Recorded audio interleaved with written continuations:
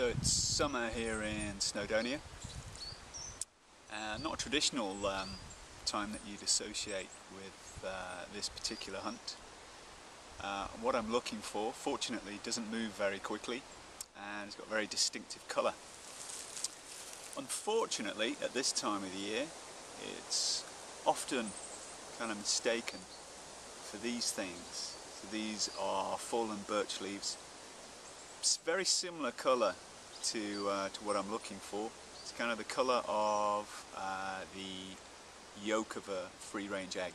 So nice and kind of yellowy orange, almost apricot in colour. And using the binoculars, I can scan around, disregard all the birch leaves and try and zone into what I'm looking for.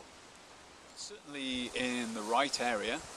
I'm in an area which pretty much surrounded by a mixture of trees, including birch and beech, some of the conifers. I can see a Scots pine over there. Plenty of light coming down onto the woodland floor. Yeah, mixed habitat. Where am I? Well, I'm in Snowdonia. The closest you're going to get is a map number. I'm within OL18. I'm not going to give you a grid reference because it's a bit of a secret area.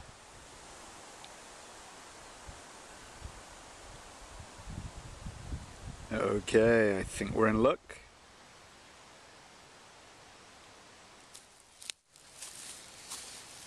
So, I've got with me my essential mushroom gathering equipment.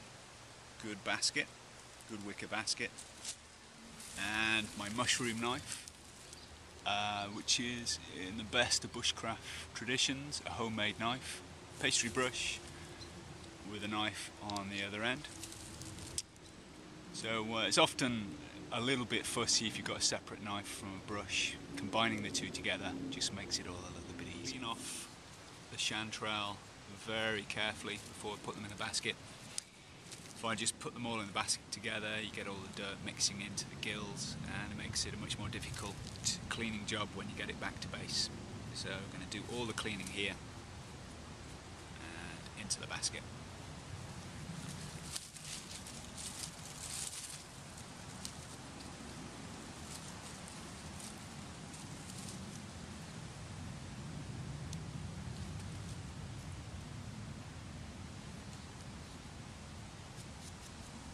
And I'm going to be a little bit selective about the ones I take. I don't want to completely denude the area here, so I'm going to leave a few good big choice ones behind. I guess in the best of sort of Native American traditions, what you don't want to do is harvest completely this whole area, come back next year and find there's nothing here because you've taken it all away. So leave some good strong ones behind.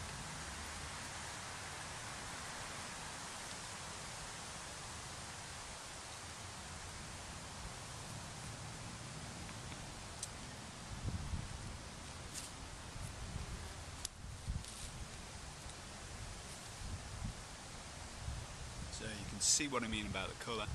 Bit of a distraction, the birch leaves. It's a shame they both seem to coincide at the right time of year. There we go.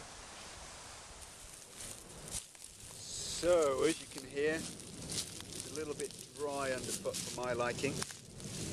Just the fact that you can hear the leaves rustling really means it's a little bit too dry for a lot of the chanterelle at the moment. Often hear people referring to bushcraft activities and leaving no trace. Kind of prefer the concept of positive trace. So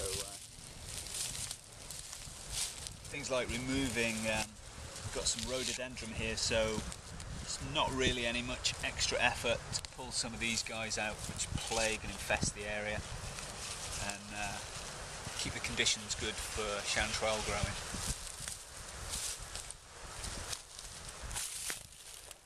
Have a brush, you can easily improvise one, a bunch of pine needles, and also what we have is a bit of pine, a bit of birch root rather. Strip that off, that's a bit of quick cordage.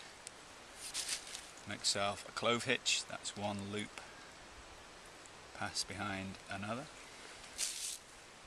Slide it over. Slide it out towards the tips. Pull that tight.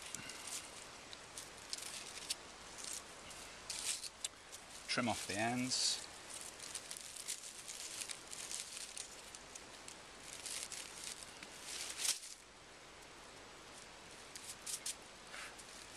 And there we go.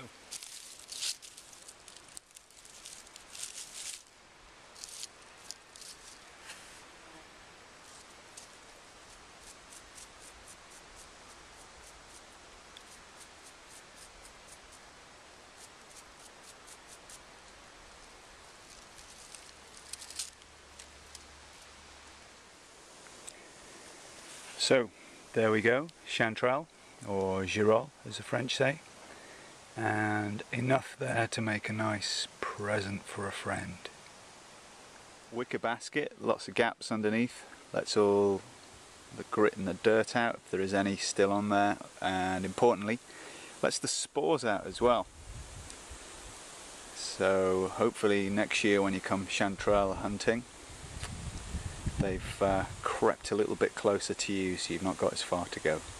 Irregularly forked gills coming down the stem somewhat. Sometimes get an apricotty smell from this, and for 100% ID, were it needed, I'll give it a little nibble. Just at the front of the mouth.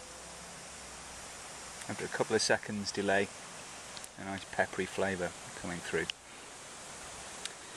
So if you're 90% sure, 95, 98, well, with fungi that's not good enough. 100% ID. If at all in doubt, leave it out.